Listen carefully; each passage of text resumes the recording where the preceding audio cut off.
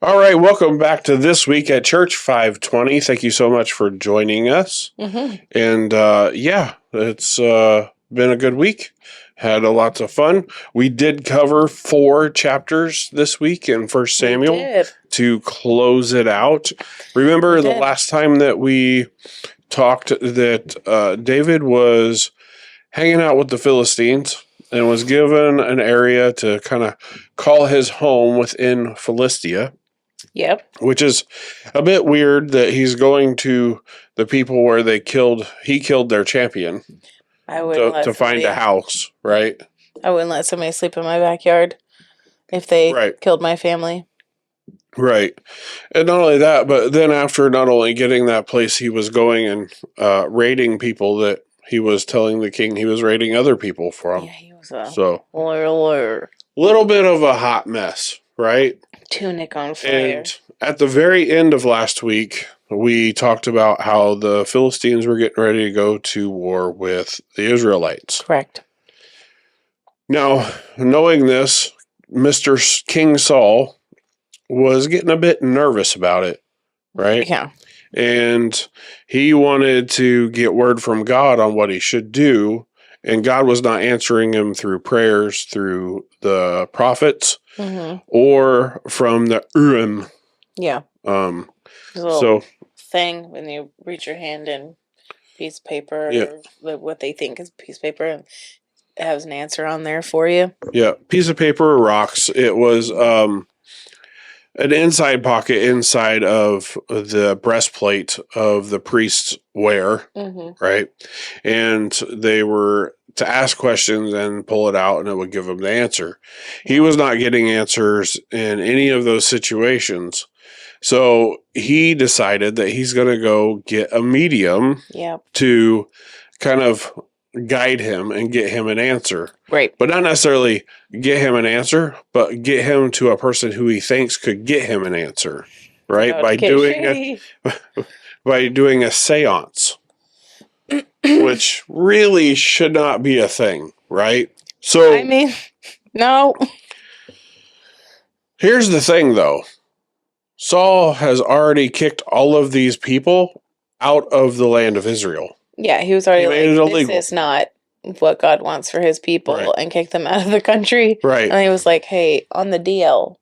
Right. You want to find me a mistress of the evening? No. More like a medium. Yes. I was trying to be like, what is it? It doesn't matter. A witch. Yeah, I'm not a witch everywhere. Yeah.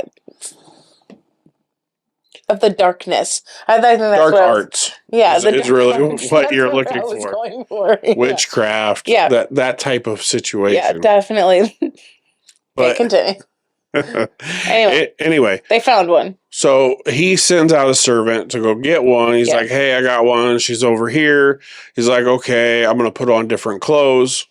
And he goes and sees her. It's trying to be a tricky. And he's like, hey, do this for me. She's like, no, it's bad. It's against the law. You're going to get me caught up. Yeah. And he convinces her to do it. Right. Then she sees a vision. And it's like, holy Toledo, mister, you're King Saul. Why are you trying to get me to do these things so you could kill me? He's like, no, that's not what I'm trying to do. Convinces her again to tell him what she saw. And she saw an old man with a mantle. What's a mantle? Do you know? Oh, like a robe, a shawl-y thing. Yeah. A covering. It's a decoration, just like a mantle is for a fireplace. It's a decoration for your shoulders. It is. I mean, it truly is. I mean, it is a robe, but it's the outside over stuff. Yeah. Right? Okay. And Saul perceived this as being Samuel. They have a little talk, and he's like, what should I do? Give me an answer. And he's like, bro, I told you when I was alive, the kingdom's about to be ripped from you and your family. Yeah. And you're going to be joining me in a little bit. And tomorrow. Not too long. Right. Yeah. So not exactly the response that Saul wanted to get. Right. And he actually was like so devastated he refused to eat. I don't know that I've ever been there. until the lady was like, bro, you got to eat. You got to get out of here. I don't want to get caught up in your mess. Eat and go, bro. So she convinced him to eat, and he went along his merry way.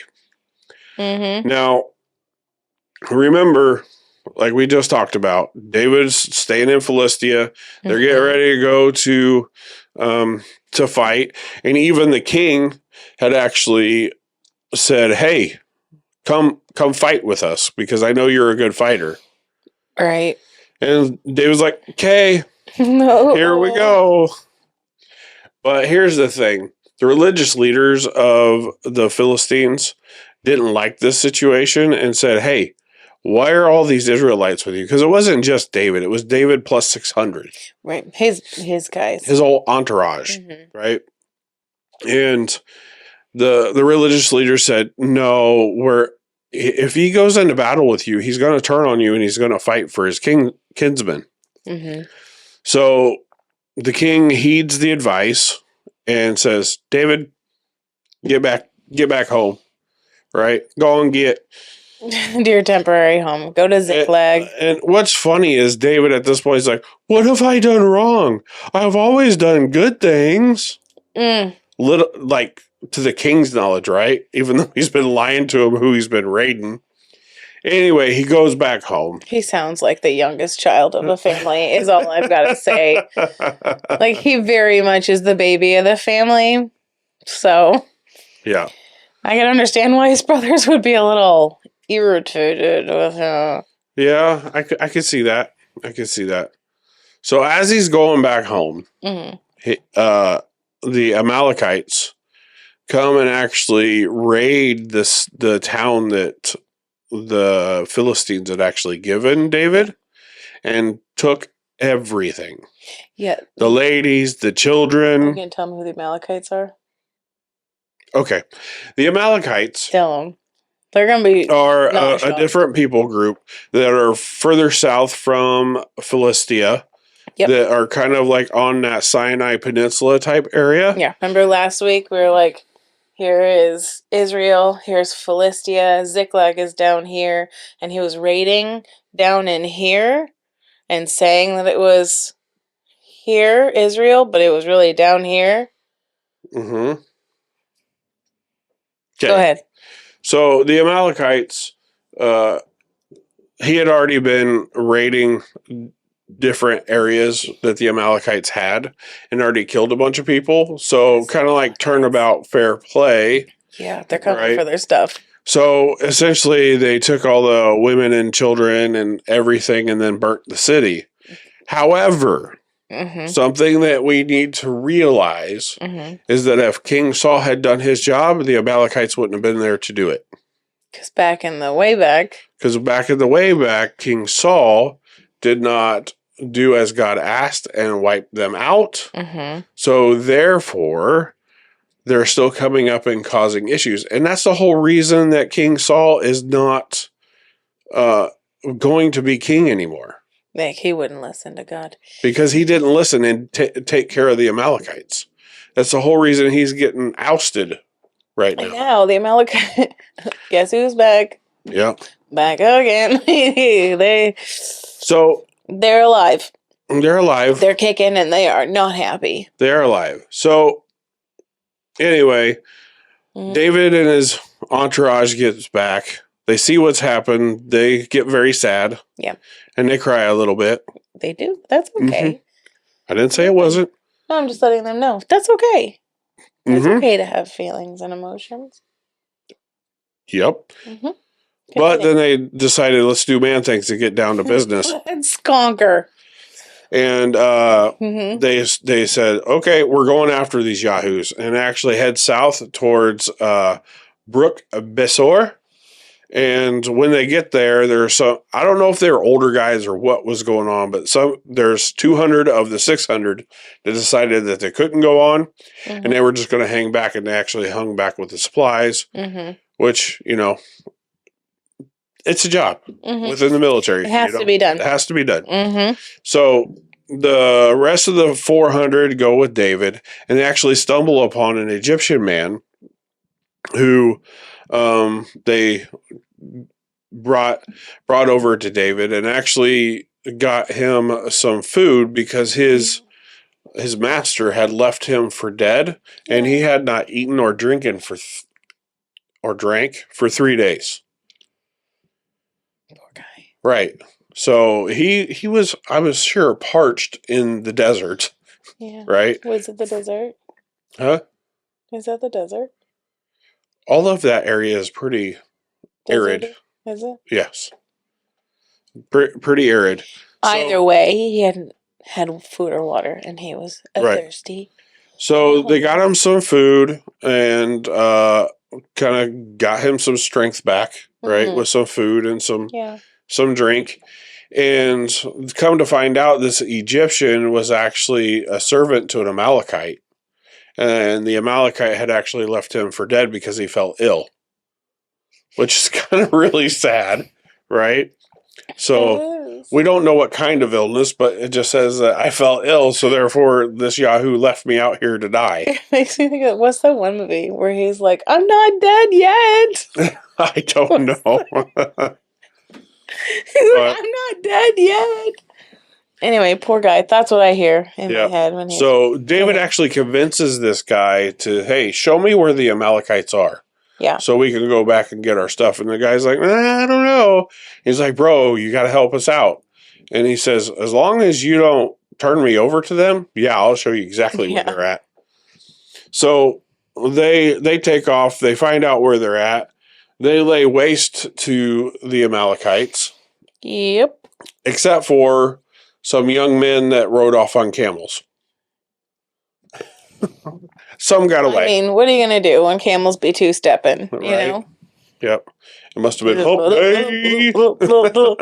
I don't envy their backs when they get done riding camels. Gosh, no, that must have hurt and not feel very good. Especially if they're running off on a camel. Like, it's different if you're like, good, I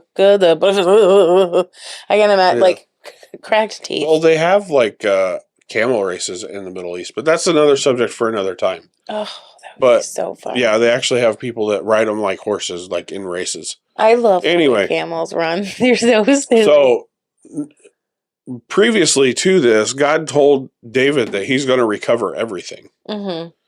And so when he went and kicked these guys' tail, and some of them scampered off on camels, right, he actually recovered everything that the Amalekites had taken, which is a lot. Because not only did they raid Ziklag, which was the town that David was staying in, but they had been raiding lots of different areas of the Israelites and taking their possessions. So he actually gathered all of those back, which is crazy, right? That's a lot that those people have to carry now. It is. So we rescued you. Please grab a pot of oil. Please grab a bag of grain. Well, I mean, start walking. We got kids and ladies now, plus 400 men. So that's nice, right? To help out. Yeah. And so they head back, and when they get back to the where the supplies are, some of the guys are like, "Hey, we should get extra because we actually went and fought." And Dave was like, "Yeah, nah, we're actually going to split this even Stevensies, except for the fact that I'm going to take extra." Yeah, which sounds bad. It does sound a little bad. It does sound a little bad. But one, he is a leader, right? And kings do, or leaders do, take a little bit extra spoils. However, from this David's spoil, he actually spread out to all of the areas where he had been roving while under what is that? Under duress? Not necessarily duress, but as he was being sought, it's anyway. Saul was trying to catch him, and the whole time he's been roving around in Israel. So basically, David sent care packages. Yeah.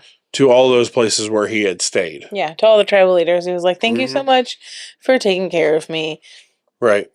Here is a payment. Here is A thank stuff. you. Here's right? a thank you card. And meanwhile, while this is happening, the Philistines do the thing and they're kicking the Israelites' tail up in the north end. And Saul sees the writing on the wall because his sons just died from the Philistines, So including sad. Jonathan, which was David's bestie. Sad. I It is understand that sad. Saul's line has to go, but Jonathan, Yep. that, it was so sweet. So, and Saul saw the writing on the wall of what was going to happen, and he says to his servant, or his armor bearer, "Hey, run me through with this sword." He's like, "Yeah, no, bro." Well, he'd been shot with arrows. He had. He'd been shot with arrows, Mm-hmm. and then he was like, "Don't let them take me, because they're gonna not be nice before I die. Just do it quickly." And he was like, "No, I cannot do that." So then he Yakuza'd himself. Yeah, they fall on their own sword. Yeah. So both Saul and his armor bearer, Yakuza, and I don't know it. that that's necessarily a verb, but yeah. Anyway, they fell on a sword. It is a verb. That's the verb, as you could. I thought it was the. It's the act of doing. Oh. You learn something new every day. I thought it. Any hoot. Anyway, so they did that. They did that, and then the Philistines come up and they're like, "Hey, look at this guy. He's dead. It's King Saul." Yeah. Instead of just like saying, "Okay, he's dead and let's leave it be," they decided, well, we're going to make a mockery of him and actually take his body and go put it on a wall and put it on display before the idols. And there were some guys out in Saul's hometown that weren't having it. Yeah. And they traveled all night to go and grab the body and bring it back and bury it under a tree and then grieve for a little bit. Mm-hmm. And that was the end of 1 Samuel. Yeah.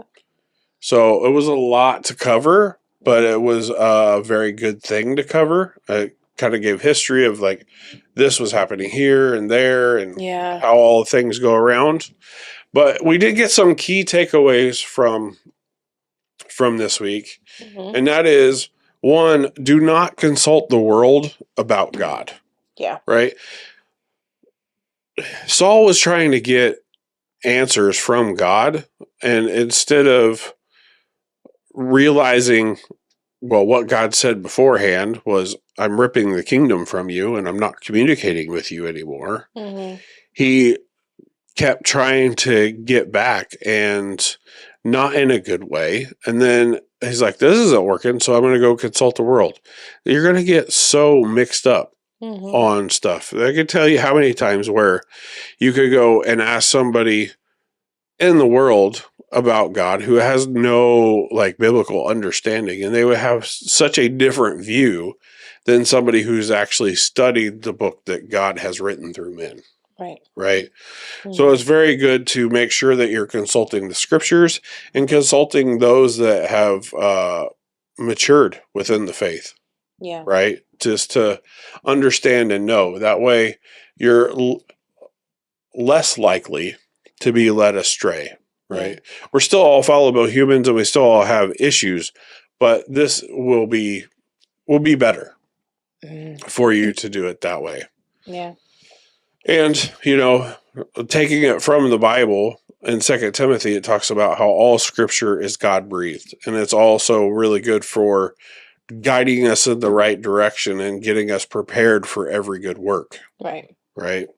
So make sure that we're taking cues from the Bible when it comes to God. Yeah. Next thing is, detours can put us in a better position to serve later. Yep. Now, David took it as a bad situation that he got told, hey, go home, and as a slight to him. But really, it put him in a better position to serve later because now the Israelites didn't see him fighting against them. Mm-hmm. It paves the way later for him to actually become that king over all of Israel that he's anointed to be. Mm-hmm. Right? And he allowed him to take spoils and spread it out to the tribes of Israel that assisted him. So that'll help him later. Right. So a couple different ways that it helped out. And so with that, there's other places within the Bible that you see where detours have helped people serve later. Joseph, when he gets sold into slavery, gets to Egypt, and then actually gets to have his family come to Egypt during famine and save them. Also, Acts 9 with Paul.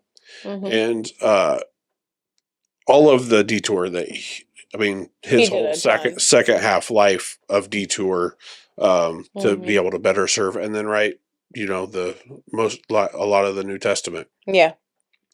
And then the last one is distress plus charity equals an ambassador's in. Right? Like your way in. So somebody's distress plus your charity, how you're going to help them out in the physical, in the temporal, earthly, right, equals you being able to speak into their life and give them, hopefully, direction that they will listen to. Right. Because their stressor that is yelling at themselves is gone. Right. Right. Or at least hopefully alleviated a little bit. Yeah. So. Yeah. And that's what we covered this week. Yeah. And it was a fantastic week. We had great fun. Got to hang out with people, and it was a great time. So if you got some value out of this little talk, go ahead and hit the like and maybe the subscribe if you would like to.